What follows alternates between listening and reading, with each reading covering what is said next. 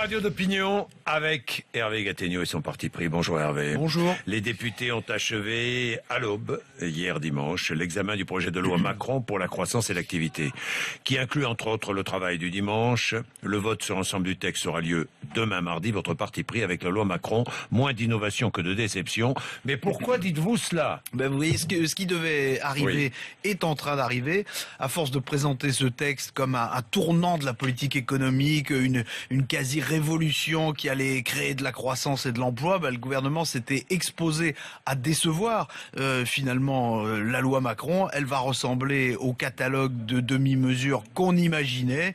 Une pincée de travail du dimanche, quelques lignes d'autocar, un soupçon d'innovation plus ou moins libérale, 3 ou 4 déréglementations. Enfin, rien qui mérite en tout cas d'être appelé une réforme.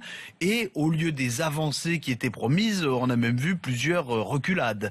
Donc Emmanuel Macron devait incarner un nouveau souffle. Eh bien, on a envie de dire que sa loi s'est dégonflée comme un soufflé. Oui, c'est une déception pour vous. Il a quand même tenu bon sur l'ouverture des commerces.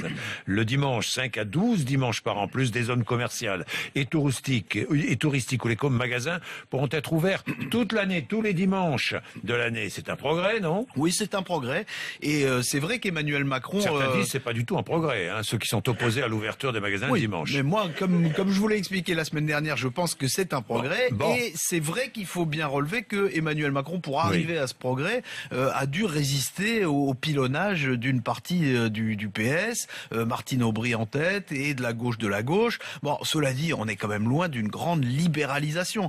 Dans la plupart des villes, il faut bien dire que les maires gardent le droit de refuser toute ouverture le dimanche. Et puis la loi, elle fixe le principe des contreparties qui seront données aux salariés volontaires, obligatoirement données aux salariés volontaires, mais il faudra des négociations dans les entreprises ou dans les branches pour fixer les détails de ces contreparties, ce qui fait que les syndicats qui sont très hostiles à l'ouverture des magasins le dimanche peuvent encore tout bloquer. Donc finalement, on fait sauter un verrou, mais disons que la porte est tout juste entrouverte. Est-ce que le principal problème d'Emmanuel Macron n'a pas été finalement la réticence ou comment dire, la contestation d'une partie de la majorité à poursuivre le cap social libéral qui est fixé par François Hollande et Manuel Valls? Oui, bien sûr que oui. C'était son principal problème au Parlement.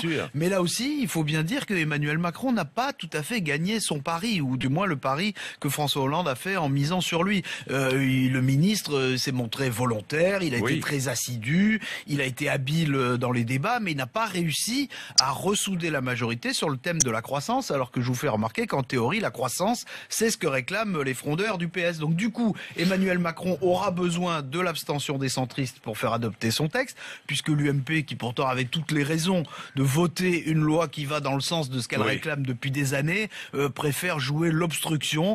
Tout ça n'est pas très glorieux. Vous savez, on dit souvent que les Français sont réticents aux réformes, et c'est souvent vrai.